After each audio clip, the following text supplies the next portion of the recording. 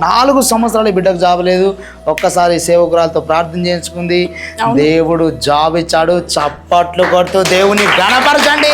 మన మధ్యలో ఉన్న సహోదరి ఈ బిడ్డ తన యొక్క సాక్ష్యాన్ని పంచుకోవాలని ఆశపడతా ఉంది. దేవుడు ఏ కార్యం జరిగించాడు ఈ పరిచయం ద్వారా, అసలు ఎట్లా వచ్చారు, ఏం జరిగింది?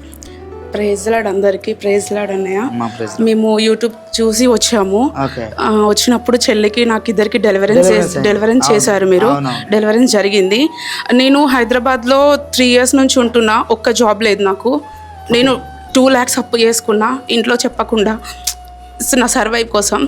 నేను ఇంట్లో కూడా అబద్ధాలే చెప్పేదాన్ని, ఎందుకంటే ఇంటికి వస్తే మళ్ళీ ఏదో ఒకటి చెప్తారని. నేను లాస్ట్ మంత్ అక్కతో ప్రేయర్ చేపించుకున్నా. నాకు జాబ్ లేదు అక్క, నేను సఫర్ అవుతున్నా, ఇంట్లో కూడా చెప్పలేకపోతున్నా అని చెప్పిన. నాకు అక్క పాస్టర్ అక్క నాకు దేవా డోర్స్ ఓపెన్ చేయు మంచి జాబ్లో అని చెప్పి ప్రేయర్ చేసింది. నేను ఇంటికి వెళ్ళాలనే ఆలోచన ఉంది, నాకు జాబ్ ఇక్కడే చేసుకోవాలని ఆలోచన ఉంది.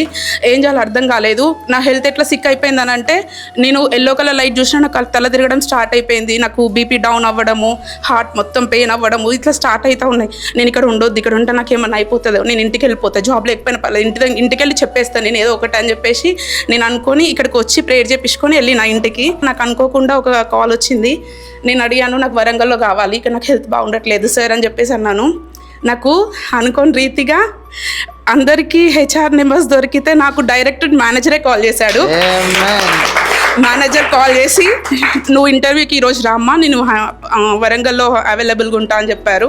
నేను వెళ్ళిన తర్వాత అక్కడ HR నన్ను లోపలికి తీసుకెళ్ళింది.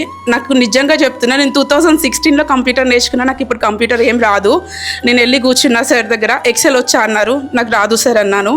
Then how can you manage అన్నారు. నేను సిస్టమ్ పట్టుకుంటే చేస్తాను కావచ్చు, నాకు తెలియదు అన్నాను. నిజంగా చెప్తున్నా, నేను వెళ్ళింది టెలికాలింగ్ పోస్ట్కి వెళ్ళిన, ఆయన నన్ను టీమ్ లీడర్కి ఇచ్చేసిండు. నేను చాలా అసలు నేను బయటకి షాక్లో వచ్చిన. అసలు నేను వచ్చింది దేనికి?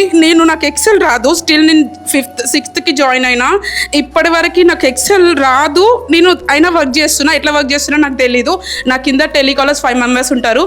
వాళ్ళని మానిటరింగ్ చేస్తూ, ఎగ్జిక్యూటివ్ని మానిటరింగ్ చేస్తూ హ్యాపీగా ఉన్నాను. నాకు ఎంత మంచి కంపెనీ ఇచ్చాడంటే, సార్ కూడా చాలా మంచివారు అనమాట. నిజంగా దేవుడి యొక్క ఆశీర్వాదాలు ఉన్నతంగా ఉంటాయంటే నేను ఏదో అనుకున్నా.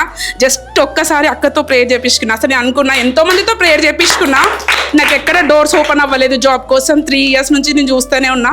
ఇది కూడా అంతే లైట్ అనుకొని వెళ్ళినా, కానీ అనుకోని రీతిగా నాకు మళ్ళీ ప్యాకేజ్ కూడా 20K ఇచ్చారు. వరంగల్లో 10-12 కంటే ఎక్కువ ఇవ్వరు, నాకు 20K ఇచ్చారు. నిజంగా దేవునికి నిజంగా నిండు వందనాలు చెల్లిస్తున్నా. నా కోసం ప్రేయర్ చేసిన అమ్మగారికి నిజంగా నిండు వందనాలు. థ్యాంక్స్ ఎలాట్ అన్నయ్య. చప్పులు కొడుతూ దేవుని కనపరచండి. చూడండి, అసలు ఎన్ని సంవత్సరాలు మనకి జాబ్ లేక? నేను 2020లో వచ్చా హైదరాబాద్కి.